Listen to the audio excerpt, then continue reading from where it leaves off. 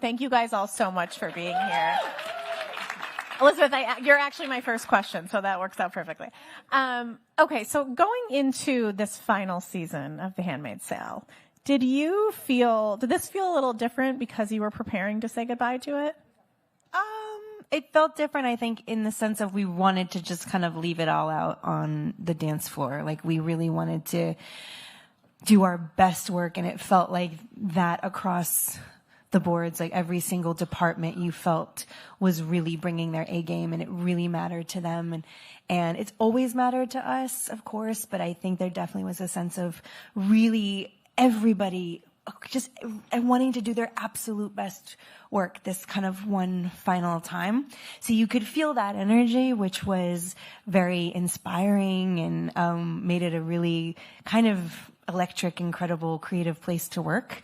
So that's, it definitely felt different in that way. I love that. Niecy, Grotesquerie was so incredible, and your role was so layered, and I feel like there was so much that goes in. Yes, you are allowed to applause. Please applaud. Guys. Thank you. There were so many twists and turns. I'm curious how it was for you to tap into Lois's state of mind and kind of what she was going through. You know, I have to say that, first of all, thank y'all for coming. But I have to say, it was one of the hardest things I've ever done, I think, and it is probably one of the pieces I'm the most proud of, because I like a challenge, and I've never played someone with an alcoholic addiction. And there are so many places you could be in it. You could be hammered, you could be hungover, you can be tipsy, you can be going through withdrawal. I mean, you can be anywhere on the wave. And so to be able to unpack where she was and chart her addiction throughout the entire series, you know, because if you a fake looking drunk, that's bad. They don't want that, you know. But so it was challenging. Ryan Murphy is a great partner because he did a lot to help keep me on the path. Yep, give it up for Ryan. Yes, for sure. So, you know, I loved it so much. Yeah. And you know, it really was a family drama with the backdrop of a serial killer. Because I had a lot of problems in my family on that one. But it was a wonderful journey to chart. Love that. Nicole, I feel like similarly to Niecy, your character of Jane really kind of starts out as one thing and it's turned into something else later on, for sure. How was that for you? How did you kind of find that balance of playing this character who was very likable but had a very dark side that she was kind of masking? It was really interesting for me. I think, you know, only in this business do we get the opportunity to play people who are different from us. And so sort of the first half of the season, I'm playing someone quite similar to myself, but then it's revealed that she's crazy, sociopathic behavior. And so exploring that was actually such a gift and so much fun. And I'm really thankful to our showrunner, Dan, for giving me the opportunity to do that, because it's so much more interesting to play a character like her. Yeah, of course. I mean, Ellen, Christine, I think, is the only character up here that was based on a real person. So for you, did you find that more challenging when it was based on a real person that you could not like completely shape, or was that a little bit, did you look at it a little bit as like a guideway? Exactly. I think I looked at it as sort of the architecture I had sort of a blueprint for some behavior, certainly some of the psychological pieces, but then also because we can't really follow the exact true story, just sort of using it as a blueprint. I also had freedom to do, you know, I wasn't so tied to trying to imitate her physicality. Maybe just the emotional pieces, trying to find why she would make the decisions that she made. Mm-hmm. How challenging was that to try to tap into that, though? It was pretty challenging, but, you know, I think it's so interesting. So my first job ever, I think, was an episode of Law and Order. And I was playing, I was playing a murderer. And I said to Jerry Orbach, like, I just can't connect to this. I have no experience with this. I honestly don't know what to do. And he said, but your lie is your truth. And I thought, oh, wow, okay. And I had never, it was really green and really new and really terrified. And that's something I never forgot. And so in playing Christine Barnett, her lie is her truth. It isn't it. You're not playing a lie. It isn't a lie to her. It's her truth. Yeah. And that really sort of, for a corny thing, it sets you free. Yeah. Because you can just believe in it. 100%. Kaitlin, High Potential is the sole broadcast representative up here, which is so exciting. And yes, Thank please. you. I love that. That's what I always wanted to be. But I think it says a lot because it's not easy to break into this and really take off. And the show has been so successful. And of course, that's a lot of credit to you. So I'm curious about what it is about this role and what you think it is about Morgan that really resonates with people. You know, I think it's because she is flawed, but takes care of business. She's a well-rounded person. She's, you know, I love that it's different from something I've done before. I think people are connecting to it because you can see yourself in her. I mean, she's struggling and she's like juggling a ton of things and making ends meet. And at the end of the day, she's learned from a hard life that she can't really count on anyone else. And she's going to figure it out herself. And she's going to show up for her kids with, you know, this mask of everything's fine, but she's tormented inside. So I think that at least that's what I hope people are loving about it. I think you can recognize a little bit of yourself in her because everybody I think right now is feeling like they're going a little bit crazy. Yeah. Aren't we though? No, we all are. We are. Because I mean, it's not lost on us that there's the group of powerful women on this stage is so incredible. And it definitely takes a village to get these kind of roles on TV. And I wanted to just kind of put that out there because it is really important to say. But I want to ask you guys kind of the advice that you've been given in your careers that have really, something that has always stuck with you as a woman in this industry who is really leading these incredible projects. Ellen, maybe you want to start? Advice. Well, I think one of the best pieces of advice that I've shared before is that Shonda Rhimes said to me, you know, all anyone can ever say to you is no. And if you don't ask, you'll never know. So I thought that was pretty good advice. That's very good. And I tell my kids the same thing. Yeah, of course. Nicole, what about you?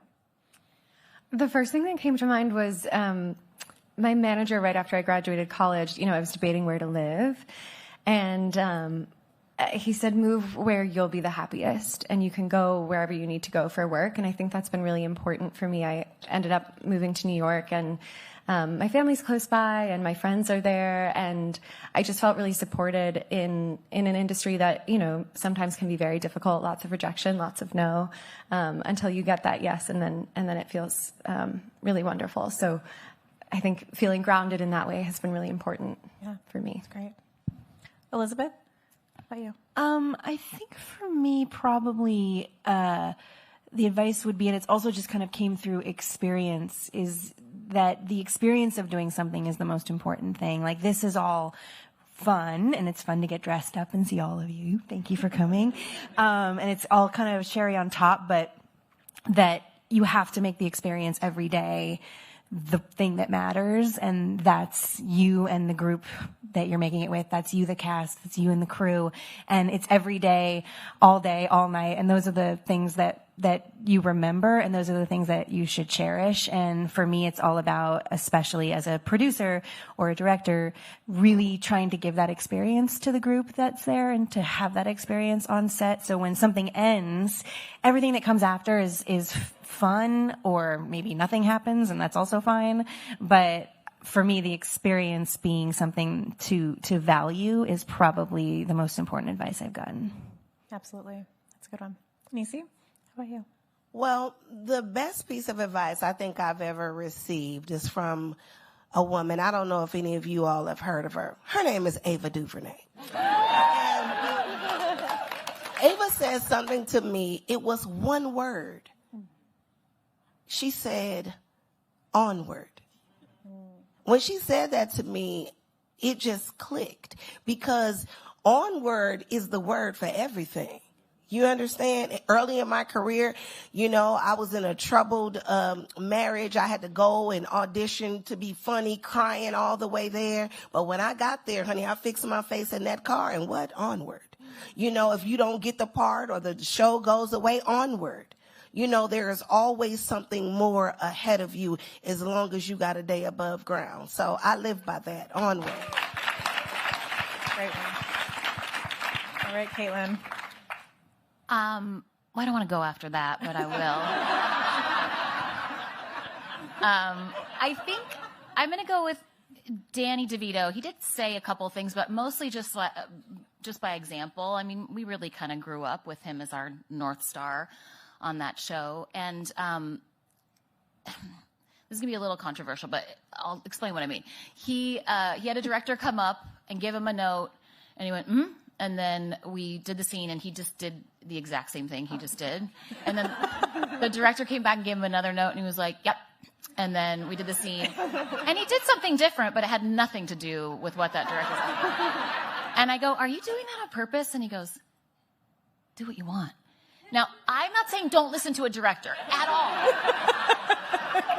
But here's what I got from it. And it's really, you have to do what feels right to you. You have to please yourself. You have to make yourself laugh. You have to really feel it in your own way. And if someone's saying something that doesn't make any sense, I mean, obviously you can ask a clarifying question, but Danny was like, I got this. And I'm going to give them multiple different things to choose from. But this Yahoo doesn't know what he's talking about. Not everyone's a Yahoo, but there are a lot of Yahoos out there. And you don't have to listen to them. But it kind of goes along with everything that everybody just said, which is like your day, that's your life. You can't just be going to auditions and trying to please everyone else. You have to go into any situation and go, all right, I prepared for it. Now I got to let it all go. And I got to just experience this and find joy in it. And that's where like the magic happens. Yeah, 100%. I want to ask you guys how you Onward. Awesome. You can combine all of them. That would be the best way. What you kind of just said, getting out of a funk, whether it's a bad audition, whether it's a really heavy role and stepping into a new one. What are your guys' secrets for doing that? How do you get out of a heavy role? I mean, Niecy, your character went through it in this series. How did you kind of turn that off when you got off set and went home? You know, first of all, I married well.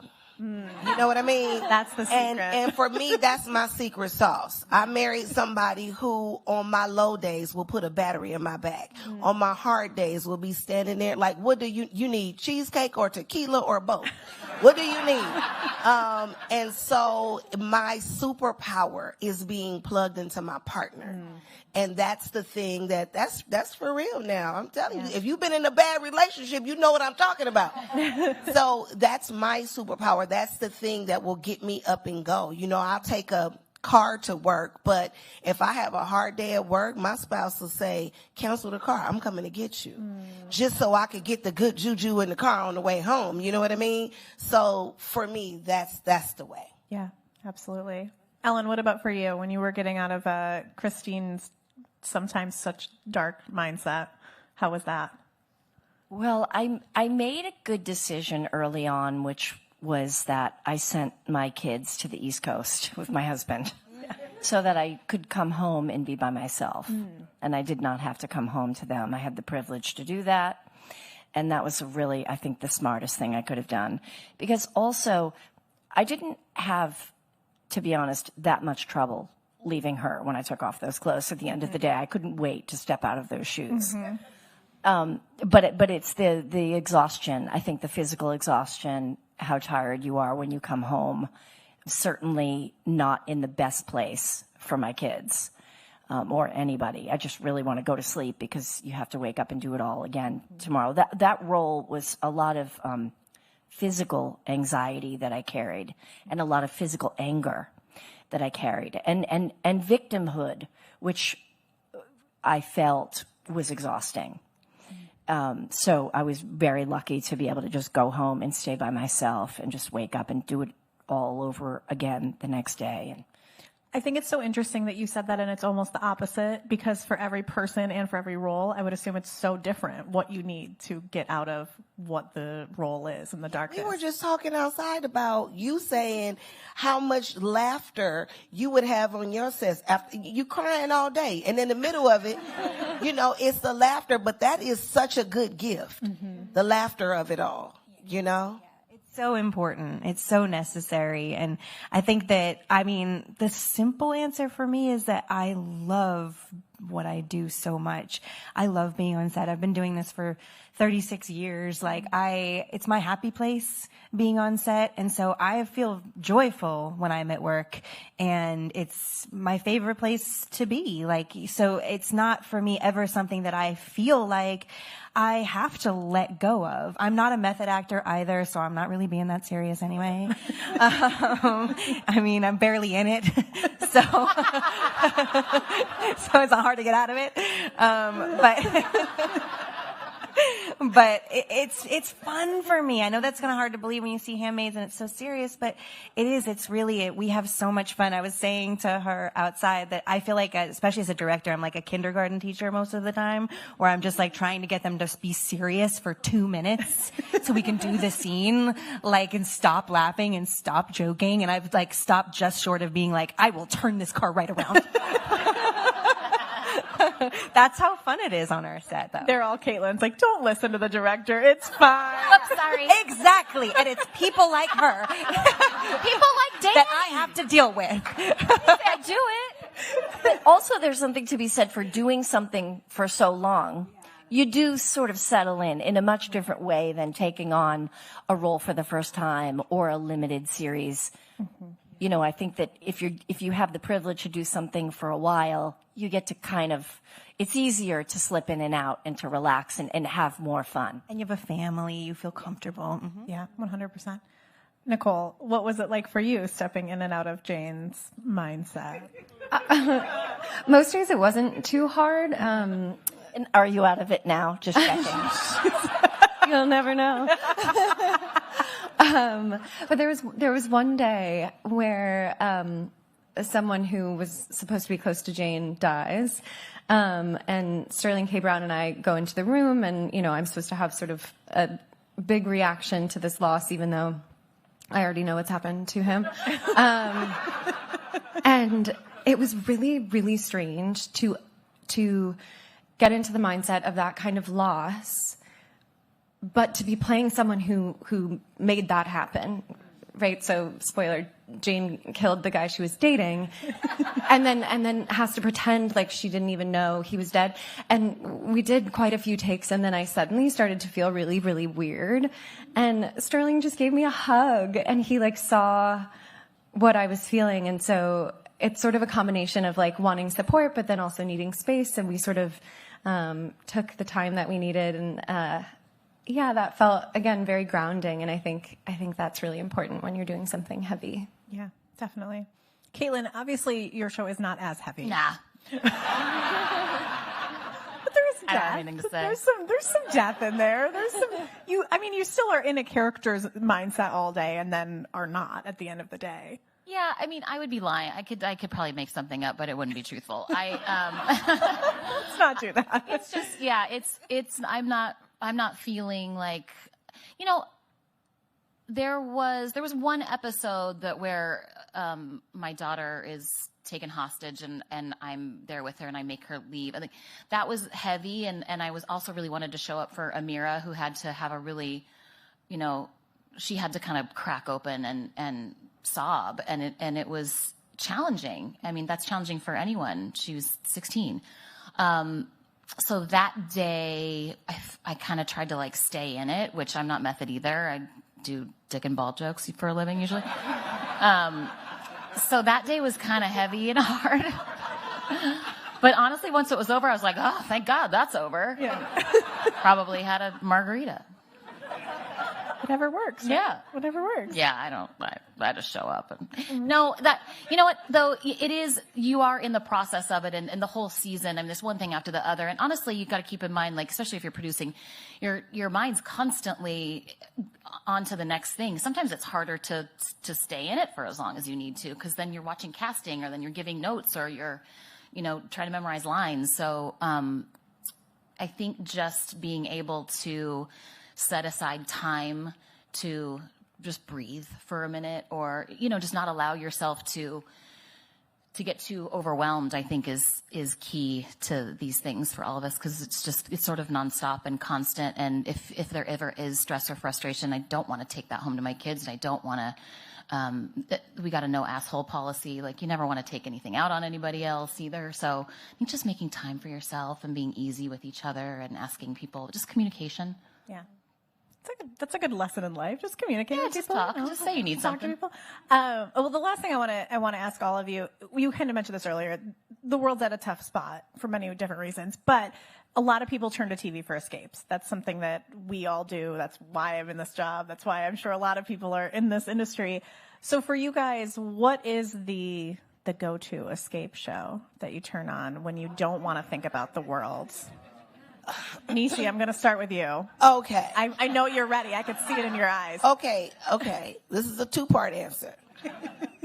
I love murder.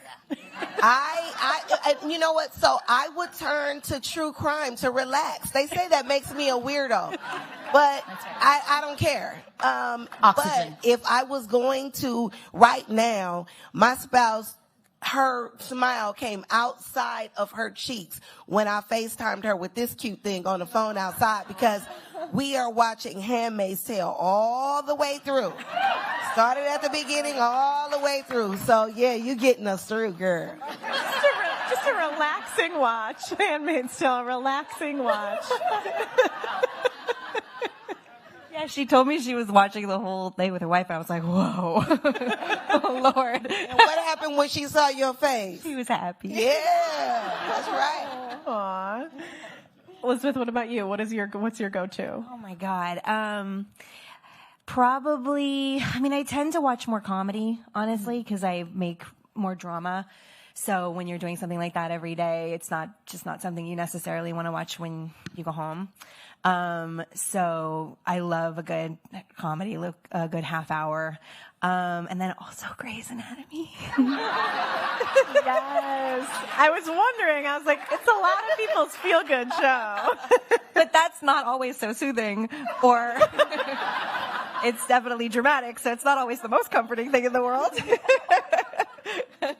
It's definitely not comforting when I hear it on in the other room and I walk by and my kids are watching it, asking me, Oh my gosh. the worst. Mommy, why are your panties on the bulletin board? Those aren't my panties. Those are Meredith's panties.